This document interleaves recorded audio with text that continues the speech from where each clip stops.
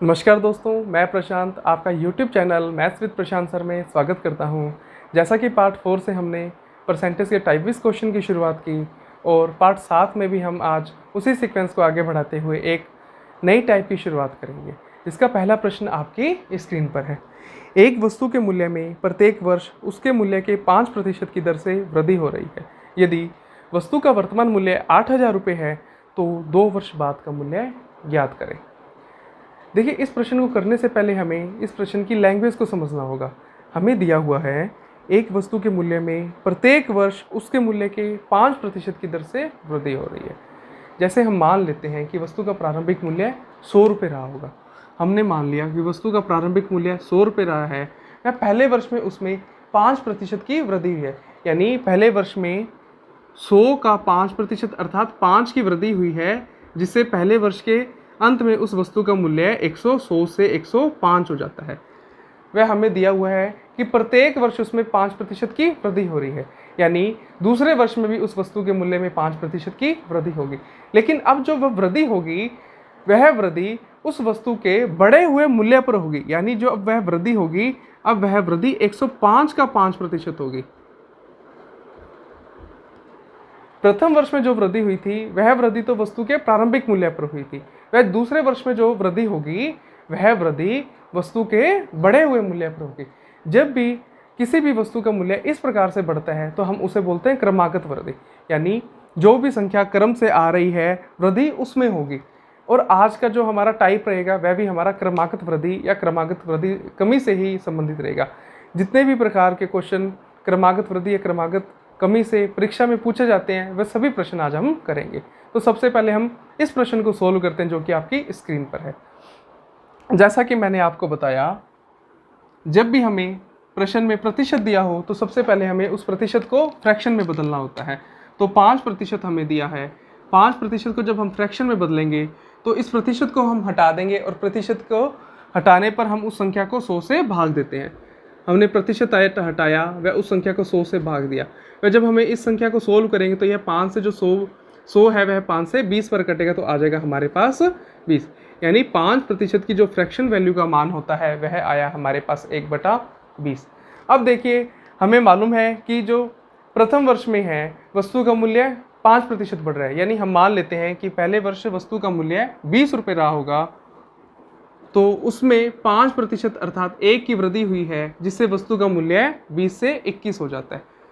और दूसरे वर्ष में भी वस्तु का मूल्य 5% बढ़ा है, यानी कि वस्तु का मूल्य 20 से 21 हो जाता है दूसरे वर्ष में भी। अब हमने इस 20 को इस 20 से गुना करना है। जब हम 20 को 20 से गुना करेंगे तो यह हमारे पास आएगा 400, और जब हम 21 को 21 से गुना करेंगे तो हमारे पास आता है यह 441 आ जाता है। अब यह हमारे पास वह मूल्य आता है, यह हमारे पास वस्तु में मूल्य वृद्धि से पहले का मूल्य, जो ये हमारे पास 400 रुपये हैं, ये जो हमारे पास 400 आया है, वह वस्तु में मूल्य वृद्धि से पहले का मूल्य है। वह जो ये 441 आया है, यह है वस्तु में मूल्य वृद्धि के बाद का मूल्य है।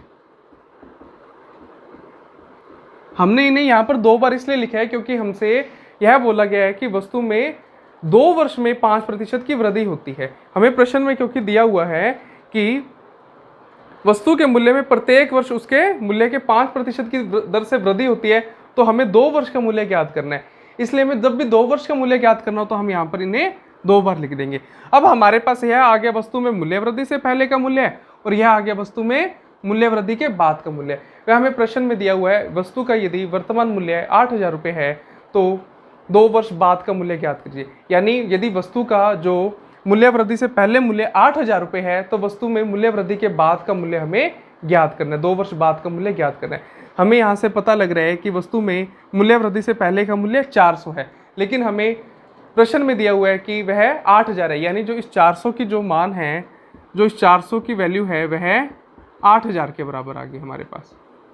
और यहाँ से हमारे पास 1 इकाई का मान आ जाएगा। जब हम 8,000 में 400 का भाग देंगे तब हमारे पास यह आ जाएगा 20। और हमें ज्ञात करना है कि वस्तु का 2 वर्ष बाद का मूल्य, यानी वस्तु में मूल्य वृद्धि के बाद का मूल्य। और जब वस्तु में मूल्य वृद्धि हो जाती है तो हमारे पास जो मूल्य आता है वह आता है 441, यानी जो वस्तु का 2 वर्ष बाद का मूल्य है वह है 441। लेकिन एक का मान हमारे पास यहाँ पर 20 के बराबर है, और 441 का मान ज्ञात करने के लिए हमें इन दोनों साइड से हमें 441 से गुना कर देते हैं, जिससे यह आएगा 441 गुना 20। जब हम इसे सोल्व करेंगे तो आएगा 0। 2 को 1 से गुना किया आया 2, 2 को 4 से गुना किया 8, और 2 को 4 से गुना किया 8। यानी यदि किसी वस्तु का वर्तमान मूल्य 8,000 रुपये रहा होगा, वह उस वस्तु के मूल्य में प्रति वर्ष 5% की वृद्धि हो रही है, तो 2 वर्ष बाद उस वस्तु का मूल्य 8820 रुपये हो जाता है। आइए इसी कंसेप्ट पर बेस्ड हम एक और क्वेश्चन भी करते हैं जो कि आपकी स्क्रीन पर है।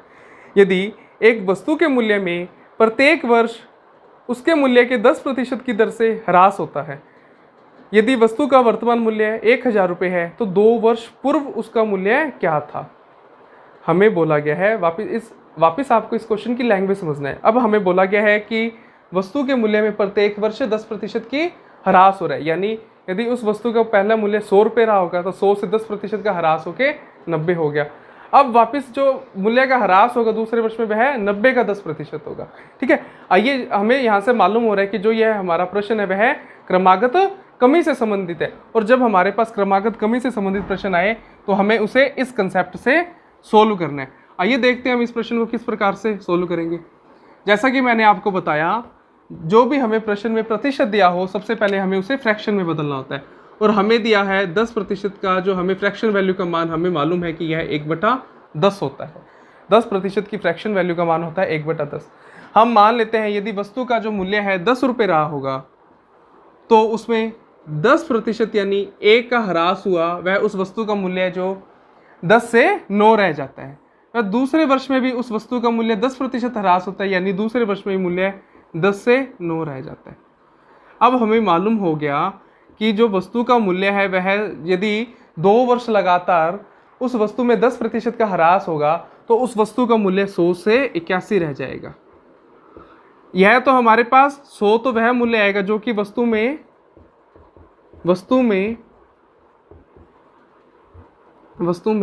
मूल्य ह्रास होने से पहले का मूल्य है। और जो दूसरा हमारे पास यह 81 आया, यह है वस्तु में मूल्य ह्रास होने के बाद का मूल्य। जो हमारे पास 100 आया वह तो वस्तु में मूल्य ह्रास होने से पहले का मूल्य है, और जो 81 आया वह आया हमारे पास वस्तु में मूल्य ह्रास होने के बाद का मूल्य। और हमें अब देखिए क्वेश्चन में हमसे क्या पूछा। हमें क्वेश्चन में पहले दिया है यदि वस्तु का वर्तमान मूल्य 1000 रुपये है तो 2 वर्ष पूर्व का मूल्य क्या होगा। वह बोल रहा है कि यदि वस्तु का वर्तमान मूल्य 1000 रुपये रहा होगा तो 2 वर्ष, माफ कीजिएगा ये जो क्वेश्चन में है थोड़ी गलती हो गई है, यहाँ पर 2 वर्ष बाद का मूल्य आएगा। तो यहाँ पर आप थोड़ा सा इसमें करेक्शन कर लेना और लिखना कि यदि वस्तु का वर्तमान मूल्य 1000 रुपये है तो 2 वर्ष बाद उसका मूल्य क्या होगा। अब हमें दिए यदि वर्तमान मूल्य 1000 है, यानी जो वस्तु का मूल्य ह्रास होने से पहले जो उसका मूल्य है वह 1000 है, यानी जो हमें 100 का मान है वह हमें 1000 दिया हुआ है। तो हमें पता लग गया कि जो 1 इकाई का मान यहाँ से 10 आ गया, वह हमसे पूछा है 2 वर्ष बाद का मूल्य। 2 वर्ष बाद यानी जब वस्तु के मूल्य में ह्रास हो जाता है तब मूल्य क्या होगा। वह जब वस्तु के मूल्य में ह्रास होने के बाद का मूल्य हमें पता है हमारे पास 81 है। 1 इकाई का मान हमारे पास 10 के बराबर आया है, तो जो 81 का मान आएगा हमारे पास वह 81 गुना 10 बराबर आएगा 810।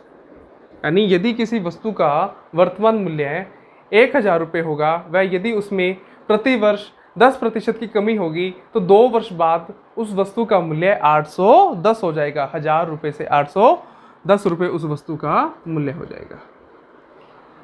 आइए इसी कंसेप्ट पर आधारित हम एक और क्वेश्चन करते हैं जो कि आपकी स्क्रीन पर है। यदि किसी फ्रिज के मूल्य में प्रथम वर्ष उसके मूल्य के 16 सही 2/3% की वृद्धि होती है, लेकिन दूसरे वर्ष में 11 सही 1/9% की कमी हो जाती है। यदि फ्रिज का आरंभिक मूल्य 5,400 रुपये है तो फ्रिज का वर्तमान मूल्य ज्ञात करें। यदि फ्रिज का आरंभिक मूल्य उन्होंने बोला है कि 5400 रहा है तो फ्रिज का वर्तमान मूल्य हमें ज्ञात करना है। देखिए वापस इस प्रश्न की लैंग्वेज समझिए कि फ्रिज के मूल्य में प्रथम वर्ष में 16 सही 2/3% की वृद्धि होती है। पहले तो हुई 16 सही 2/3% वृद्धि, फिर जितना जो बढ़ा हुआ मूल्य था उसका 11 सही 1/9% की कमी हो जाती है। यानी यहाँ पर पहले क्रमागत वृद्धि हो रही है, फिर क्रमागत में हमारी जो आ रही है वह कमी हो रही है। देखिए इस प्रकार के क्वेश्चन को हम किस प्रकार सोल्व करेंगे, कंसेप्ट हमारा बिल्कुल सेम रहेगा। इस प्रकार के क्वेश्चन में लगने वाला जो कंसेप्ट है क्रमागत वृद्धि या कमी में जो कंसेप्ट है ये हमारा सेम रहेगा।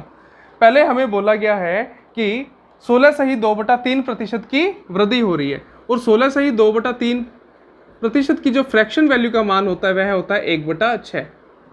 वह दूसरा हमें बोला गया है कि वस्तु के मूल्य में जो दूसरे वर्ष में 11 सही 1/9% की कमी हो रही है और 11 सही 1/9% की जो फ्रैक्शन वैल्यू का मान होता है वह होता है 1/9। अब हम याद कर लेते हैं, यदि प्रथम वर्ष में 16 सही 2/3% की वस्तु के मूल्य में वृद्धि होगी तो हम मान लेते हैं यदि प्रथम वर्ष वस्तु का मूल्य 6 रुपये रहा होगा तो उसमें 16 सही 2/3% की वृद्धि अर्थात 1 की वृद्धि हुई है, जिससे वस्तु का मूल्य 6 से 7 हो जाता है। वह दूसरे वर्ष में वस्तु का मूल्य 11 सही 1/9% कम हो जाता है। यानी यदि दूसरे वर्ष में वस्तु का मूल्य 9 रहा होगा तो वस्तु के मूल्य में 11 सही 1/9% अर्थात 1 की कमी हो जाती है और वस्तु का मूल्य 9 से 8 हो जाता है। अब हमें इन्हें गुना कर देंगे। जब हम 9 को 6 से गुना करेंगे तो हमारे पास आएगा 54 और जब हम 7 को 8 से गुना करेंगे तो हमारे पास आएगा 7 8 56। यानी यह तो हमारा 2 वर्ष पहले का मूल्य है, वो यह हमारा आ गया 2 वर्ष बाद का मूल्य है। यह तो हमारा वह मूल्य आ गया वस्तु का प्रारंभिक मूल्य और यह हमारा आ गया जब वस्तु में पहले 16 सही 2/3% की वृद्धि हुई, वह जब उसके बाद में 11 सही 1/9% की वस्तु के मूल्य में कमी हुई तब हमारा मूल्य 54 से 56 हो जाता है। लेकिन हमें प्रश्न में दिया हुआ है कि वस्तु का आरंभिक मूल्य 5400 था तो वस्तु का वर्तमान मूल्य ज्ञात करें। यानी हमें आरंभिक मूल्य यानी इसका मान दे रखा है, हमें क्वेश्चन में हमें दे रखा है 54 का मान हमें दे रखा है प्रश्न में 5400, क्योंकि हमारे पास यह वह मूल्य है, यह हमारा आरंभिक मूल्य है जब वस्तु के मूल्य में ना ही कोई वृद्धि हुई थी ना ही कोई कमी हुई थी। वह जो ये 56 आया है यह वह मूल्य है जब वस्तु के मूल्य में 16 सही 2/3% की प्रथम वर्ष में वृद्धि हुई, वह उसके बाद में दूसरे वर्ष में 11 सही 1/9% की कमी हुई थी। तो हमारे पास हमें दिया है वस्तु का आरंभिक मूल्य, हमारे पास यहाँ रहा था वस्तु का आरंभिक मूल्य 54 है, लेकिन हमें प्रश्न में दिया हुआ है कि वस्तु का आरंभिक मूल्य 5400 है। यानी जो 54 का मान है वह 5400 के बराबर है। तो 1 का मान हमारे पास यहाँ से 1 इकाई का मान हमारे पास 100 रुपये के बराबर आ गया और हमें ज्ञात करना है वस्तु का वर्तमान मूल्य। वस्तु का वर्तमान मूल्य हमें दिया हुआ है 56, तो हमें 56 इकाई का मान ज्ञात करने के लिए हम दोनों तरफ से उन्हें 56 से गुना कर देंगे, जिससे हमारे पास मान आ जाएगा 5600 रुपये। यानी जिस वस्तु का आरंभिक मूल्य 5400 रुपये है, यदि उस वस्तु में प्रथम वर्ष में 16 सही 2/3% की वृद्धि होगी या दूसरे वर्ष में 11 सही 1/9% की कमी होगी तो उस वस्तु का जो वर्तमान मूल्य हो जाएगा या 2 वर्ष बाद का जो मूल्य होगा वह 5600 रुपये हो जाएगा। आइए इसी कंसेप्ट पर बेस्ड एक और क्वेश्चन करते हैं। जो भी मैं आपको क्वेश्चन करवा रहा हूँ यह सभी क्वेश्चन प्रीवियस ईयर की परीक्षाओं में आए हुए हैं। मोस्टली जो क्वेश्चन है वो एसएससी की परीक्षा में आए हुए हैं, तो ध्यान रखना ये जो सभी क्वेश्चन है वो बहुत ही इंपॉर्टेंट क्वेश्चन है। जो भी मैं क्वेश्चन करवाऊंगा आपसे उन क्वेश्चन के बाहर कोई भी किसी भी परीक्षा में कोई भी कम्पिटिटिव एग्जाम में उनसे बाहर कोई भी क्वेश्चन नहीं आने वाला, ये जरूर बात ध्यान रखना। आइए एक और प्रश्न जो आपकी स्क्रीन पर है। एक गांव की जनसंख्या में प्रत्येक वर्ष 10% वृद्धि हो रही है। कोई गांव की जनसंख्या है वह प्रत्येक वर्ष 10% बढ़ रही है। यदि 3 वर्ष बाद जनसंख्या 2,66,200 हो जाती है तो प्रारंभ में जनसंख्या ज्ञात करें। कोई गांव की जनसंख्या है वह प्रत्येक वर्ष 10% बढ़ रही है। यदि 3 वर्ष बाद जनसंख्या 2,66,200 हो जाती है तो प्रारंभ में जनसंख्या ज्ञात कीजिए। ऐसे गलत बात है, जनसंख्या वृद्धि होनी नहीं चाहिए, 10% बहुत ज़्यादा होती है। ठीक है ना, ध्यान रखना इस बात का, इतनी नहीं होनी चाहिए। चलो हम क्वेश्चन को सोल्व करते हैं। देखिए इसमें भी हमें यही दिया हुआ है कि जो हर वर्ष है वह 10% की वृद्धि हो रही है, लेकिन इसमें हमें 3 साल दे दिए कि पहले वर्ष में 10% वृद्धि हुई, फिर जो बढ़ी हुई जनसंख्या थी उसका 10% वृद्धि हुई, फिर जो वापस जो संख्या बढ़ गई उसका 10% वृद्धि हुई। यानी कि जो वृद्धि हो रही है वह क्रमागत वृद्धि हो रही है। और जब भी क्रमागत वृद्धि हो तो हमें इस वाले कंसेप्ट का यूज करना है। जैसे अभी हम यूज करते हैं, अभी हम देखते हैं, हमें दिया हुआ है कि जो प्रत्येक वर्ष है वह 10% की वृद्धि हो रही है। वह सबसे पहले हमने इस प्रतिशत को 10% को फ्रैक्शन में कन्वर्ट करना है। 10% को जो फ्रैक्शन में कन्वर्ट करेंगे तो हमारे पास आएगा 10% का मान 1/10। यानी किसी गांव की जनसंख्या यदि पहले 10 रही होगी तो उसमें 10 का 10% यानी 1 का इजाफा हुआ है, 1 की वृद्धि हुई है, जिससे वह संख्या 10 से 11 हो जाती है। दूसरे वर्ष में भी 10% वृद्धि होती है तो दूसरे वर्ष में भी जनसंख्या 10 से 11 हो जाएगी। तीसरे वर्ष में भी 10% वृद्धि होती है तो जनसंख्या तीसरे वर्ष में भी 10 से 11 हो जाती है। अब हमें इन तीनों को गुना करना है। जब हम तीनों गुना करेंगे तो आएगा हमारे पास 1000। इन तीनों गुना करेंगे तो आएगा 11 का क्यूब आ गया। 11 क्यूब क्या होता है? 1331। यानी यह तो हमारी कौन सी, यह तो हमारी वह जनसंख्या है जो कि, या आप ये से मान लो, यह तो हमारी है जनसंख्या वृद्धि से पहले की जनसंख्या। जब जनसंख्या में वृद्धि नहीं हुई थी, ये तब की जनसंख्या। और ये क्या है? जब जनसंख्या में लगातार 3 वर्ष की वृद्धि हुई है तो जनसंख्या वृद्धि के बाद की जनसंख्या, बाद की जनसंख्या। और हमसे प्रश्न में पूछा है कि यदि 3 वर्ष बाद जनसंख्या 2,66,200 हो जाती है, यानी कि जब 3 वर्ष के बाद में जब जनसंख्या में वृद्धि हो जाती है तब वह जनसंख्या 2,66,200 हो जाती है, तो प्रारंभ में जनसंख्या ज्ञात कीजिए। मैंने ध्यान है, हमने ये लिखा, यह तो जनसंख्या वृद्धि से पहले की जनसंख्या, यानी यह प्रारंभिक जनसंख्या है, और यह है जनसंख्या वृद्धि के बाद की जनसंख्या है। हमें दे रखा है वर्तमान जनसंख्या, यानी 3 वर्ष बाद की जनसंख्या दे रखी है, और हमसे 3 वर्ष पहले की जनसंख्या पूछी है। यानी हमें यहाँ पर 1331 का मान दे रखा है। हमें मालूम है कि जो यदि वर्तमान जनसंख्या 1331 रही होगी तो 3 साल पहले की जनसंख्या 1000 रही होगी।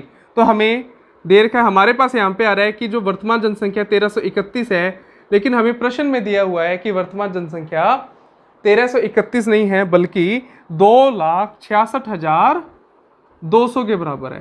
तो हम यहाँ से एक इकाई का मान निकाल लेंगे। हमारे पास आएगा 2,66,200 और उसको हम 1331 से भाग दे देंगे। जब हम 1331 से 2,66,200 काटेंगे तब हमारे पास ये आएगा 200 के बराबर, क्योंकि जो 2662 है वह 1331 से 2 बार करता है और 2 जीरो को हमने यहाँ पर लिख लिया। तो एक इकाई का मान आ गया हमारे पास 200 के बराबर। वह हमें अब 3 वर्ष पहले की, यानी हमें 1000 का मान चाहिए। तो यदि हमें 1000 का मान चाहिए तो हम दोनों साइड से इसके 1000 से गुना कर देंगे। तो हम जब 200 को 1000 से गुना करेंगे तो हमारे पास आएगा 2 लाख। तो उस गांव की जनसंख्या 3 वर्ष पहले 2 लाख थी, लेकिन जब लगातार 10% की वृद्धि उस गांव की जनसंख्या में 3 वर्ष तक हुई तो उस गांव की जनसंख्या 2,66,200 हो जाती है। वह जो 3 वर्ष पहले की जनसंख्या थी वह उस गांव की 2 लाख थी। आइए एक और क्वेश्चन करते हैं जो कि आपकी स्क्रीन पर है, वह भी इसी कंसेप्ट पर आधारित है। यदि किसी गांव की जनसंख्या पहले वर्ष 10% बढ़ती है, दूसरे वर्ष 14.2/7% बढ़ती है, लेकिन तीसरे वर्ष जनसंख्या में 33.1/3% की कमी हो जाती है। यदि गांव की जनसंख्या 3 वर्ष पहले 21,000 थी तो गांव की वर्तमान जनसंख्या ज्ञात करें। देखिए पहले प्रश्न को हमने समझना है कि हमें दिया हुआ है कि पहले वर्ष में जो जनसंख्या वह 10% बढ़ती है, यानी जितनी गांव की आरंभिक जनसंख्या थी उसका 10% बढ़ती है। उसके बाद वह 14.2/7% बढ़ती है, यानी जो बड़ी हुई जितनी जनसंख्या है उसका 14.2/7% बढ़ती है। वह हमें तीसरा दिया हुआ है कि तीसरे वर्ष में जनसंख्या 33.1/3% कम हो जाती है, यानी जो 2 वर्ष में पहले वर्ष में बढ़ी वह दूसरे वर्ष में जो बड़ी जनसंख्या का जो जनसंख्या बढ़ी, अब उसका 33 सही 1/3% कम हो जाती है। यानी हमें पता लग रहा है कि जो हमें प्रतिशत निकाल रहे हैं जनसंख्या का, वह क्रम से आती हुई संख्या का निकाल रहे हैं, जिससे कि यह भी एक जो क्रमागत संख्या का ही हमारा क्रमागत संख्या का एक कंसेप्ट बन जाता है। तो आइए हम देखते हैं इस प्रकार के क्वेश्चन को हम किस प्रकार करेंगे। हमारा कंसेप्ट सेम ही रहेगा, लेकिन यह सभी वह प्रश्न है जो कि परीक्षा में आए हुए हैं, और जो इनकी आपको लैंग्वेज में कोई भी आपको चेंज नहीं मिलेगा, ये सेम के सेम ही प्रश्न ही आपको परीक्षा में देंगे। इसलिए जितनी प्रकार की लैंग्वेज है इन क्वेश्चन की, मैं आपको वो सभी लैंग्वेज करा रहा हूँ। जैसा कि पहला हमें दिया है कि 10% बढ़ती है, तो 10% की फ्रैक्शन वैल्यू का हमें ध्यान है, 10% की फ्रैक्शन वैल्यू का मान होता है 1/10। दूसरा हमें दिया है कि दूसरे वर्ष में 14 सही 2/7% बढ़ती है, और 14 सही 2/7% की फ्रैक्शन वैल्यू का मान होता है 1/60। वह तीसरे वर्ष में दिया हुआ है कि वह जनसंख्या 33 सही 1/3% कम हो जाती है, और 33 सही 1/3% की फ्रैक्शन वैल्यू का मान हमारे पास आ जाता है 1/3। अब हम वह इक्वेशन बनाते हैं, कैसे बनेगी, क्योंकि हमें प्रथम वर्ष में दे रखा है 10% बढ़ती है जनसंख्या। हम मान लेते हैं यदि पहले जनसंख्या 10 थी तो उसमें 10% अर्थात 1 की वृद्धि हुई तो जनसंख्या 10 से 11 हो जाती है। दूसरे वर्ष में 14 सही 2/7% बढ़ती है। हम मान लेते हैं यदि दूसरे वर्ष जनसंख्या 7 थी तो वह 14 सही 2/7 अर्थात 1 बढ़ जाती है और जनसंख्या 7 से 8 हो जाती है। लेकिन हमें तीसरे वर्ष में दिया हुआ है कि जनसंख्या में 33 सही 1/3% की कमी होती है। हम मान लेते हैं यदि तीसरे वर्ष जनसंख्या 3 थी तो उसमें 33 सही 1/3% की अर्थात 1 की कमी हुई, वह जनसंख्या 3 से 2 रह जाती है। अब हमें इन तीनों को गुना करना है और इन तीनों को गुना करना है। जब हम इन तीनों गुना करेंगे तो हमारे पास आएगा 70, 70 को 3 से गुना किया हमारे पास आया 210।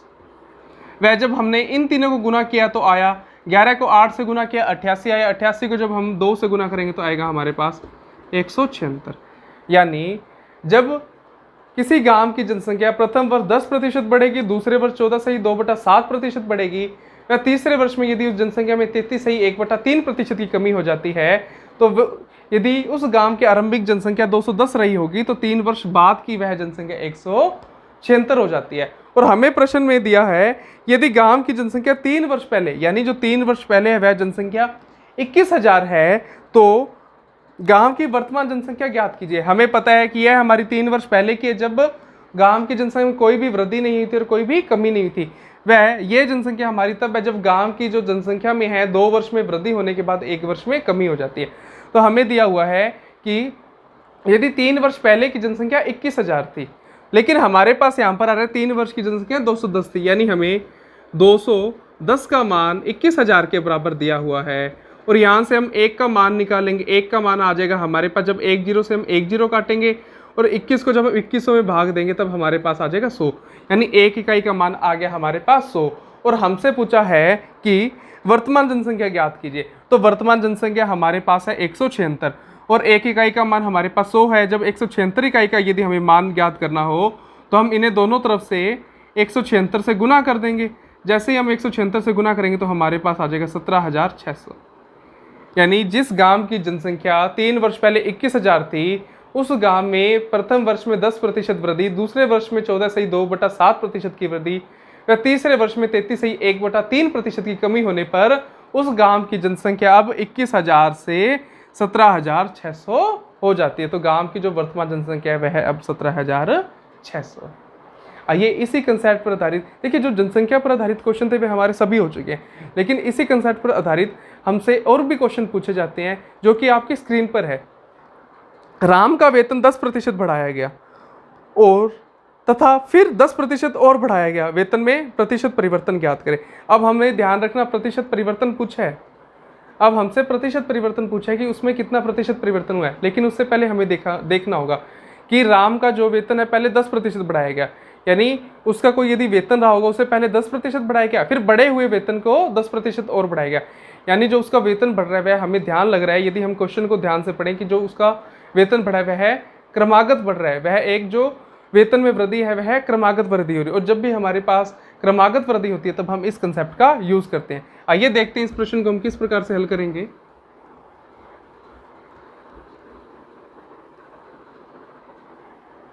हमें दिया हुआ है कि राम के वेतन में 10% वृद्धि होती है और 10% की फ्रैक्शन वैल्यू का मान होता है 1/10। यानी राम का वेतन यदि 10 रुपये रहा होगा तो वह 10% अर्थात उसमें 1 की वृद्धि होगी, वह 10 से 11 हो जाएगा। पहले उससे 10 से 11 बढ़ाया गया, वह वापस भी उसे 10% बढ़ाया गया, यानी बाद में भी उसका वेतन यदि 10 रहा होगा तो उससे 10 से 11 कर दिया। अब हमें इन दोनों को गुना कर देना है। इन दोनों गुना करेंगे तो यह आएगा 100, यह आएगा 121। जो यह वेतन आया है यह तो आया है जब उसका वेतन बढ़ाया नहीं गया था, यानी जो उसका प्रारंभिक वेतन था। और यह हमारा वेतन तब आएगा जब हमने राम का वेतन 2 बार बढ़ गया, पहले 10% बढ़ाया, दूसरी बार भी 10% बढ़ाया। जब राम का वेतन बढ़ा नहीं था तब तो उसका वेतन था 100, और जब उसका वेतन 2 बार बढ़ गया तब उसका वेतन हो गया 121। वह हमसे पूछे उसमें प्रतिशत परिवर्तन कितना होगा, राम की जो आय है उसमें कितना प्रतिशत परिवर्तन होगा। देखो राम की आय पहले 100 थी, उसके बाद 121 होगी, यानी जो राम की आय में है 21 की वृद्धि होगी है। जो 21 की वृद्धि हुई है वह हुई है 100 की तुलना में, 21 की वृद्धि हुई है वह हुई है 100 की तुलना में। अब हमारे पास यहाँ पर फ्रैक्शन बन गई, और फ्रैक्शन को जब भी हमें प्रतिशत में बदलना हो तब हमें इसे 100 से गुना करना होता है। और जब हम इसे 100 से गुना करेंगे तो इस 100 से यह 100 कैंसिल आउट हो जाएगा और हमारे पास आ जाएगा 21%।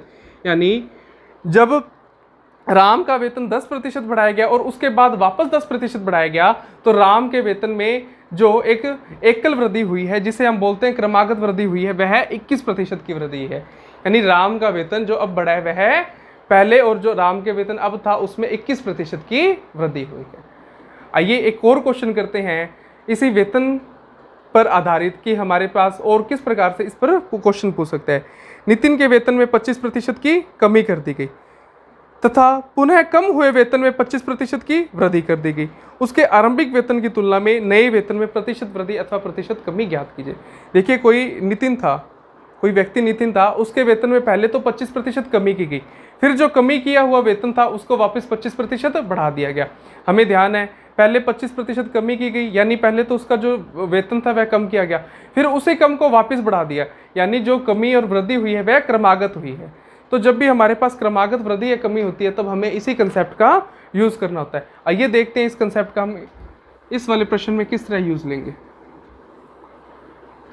हमें ध्यान है पहले उसमें 25% की वृद्धि की गई है, तो 25% की फ्रैक्शन वैल्यू का मान होता है 1/4।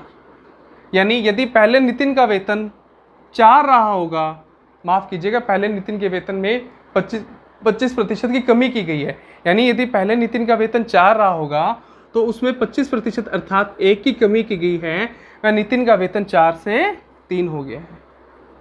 वह जो दूसरा वर्ष है, जो दूसरी बार है, जो उसमें है नितिन के वेतन में 25% की, अब जो कम हुआ वेतन है उसमें 25% की वृद्धि कर दी।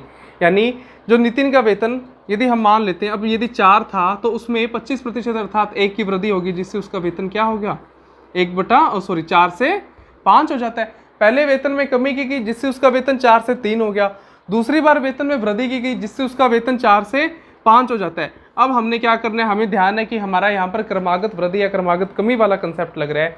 अब हमें इन दोनों को गुना कर देना और इन दोनों को भी आपस में गुना कर देना है। यानी जब नितिन की जो पहले सैलरी थी वह 16 थी, लेकिन जब बाद में पहले जब उसमें वेतन में कमी की गई वह बाद में उसमें 25% की वृद्धि कर दी गई, तो उसकी सैलरी 16 से हमारी 3 गुना 5 यानी 15 हो जाती है। जब तक नितिन की सैलरी में कोई वृद्धि या कमी नहीं की गई थी तब तक नितिन की सैलरी 16 थी, लेकिन जब नितिन की सैलरी में 25% कमी करके 25% की वृद्धि की गई तो उसके बाद उसकी सैलरी 16 से 15 हो जाती है। यानी नितिन की आय में 1 की कमी हो जाती है, नितिन की आय 16 से 15 हो जाती है, यानी नितिन की आय जो है 1 कम हो जाती है। जो 1 की कमी होती है वह 16 की तुलना में होती है, तो 1/16। अब 1/16 का मैंने आपको 1/16 फ्रैक्शन वैल्यू का मैंने आपको प्रतिशत में मान लिखवाया हुआ है। देखिए जब भी आप वीडियो स्टार्टिंग करेंगे ना तो आपको इस वाले साइड में जो भी प्रतिशत हो उसकी फ्रैक्शन वैल्यू का मान लिखा होता है, तो एक बार उसे आप पढ़ लें, क्योंकि ये हमारा अर्थमेटिक पूरी अंक गणित में ये जो हमारी प्रतिशत और उनकी जो फ्रैक्शन वैल्यू है उनका मान हमें पूरा अर्थमेटिक यानी अंक गणित में काम आता है। इसलिए जब भी आप वीडियो देखें आप 4 से 5 बार इनको रिवाइज करोगे, इतने में आपको याद रहने लग जाएंगे। कोई बहुत ज़्यादा बड़ी बात नहीं है, बहुत आसान है, कोई ज़्यादा कठिन है नहीं। इसलिए अब हमें मालूम है कि 1/16 का मान होता है वह होता है 6 सही 1/4% के बराबर। यानी अब जो नितिन की अब यहाँ से जो उसकी सैलरी है वह क्या हो रही है, कम हो रही है।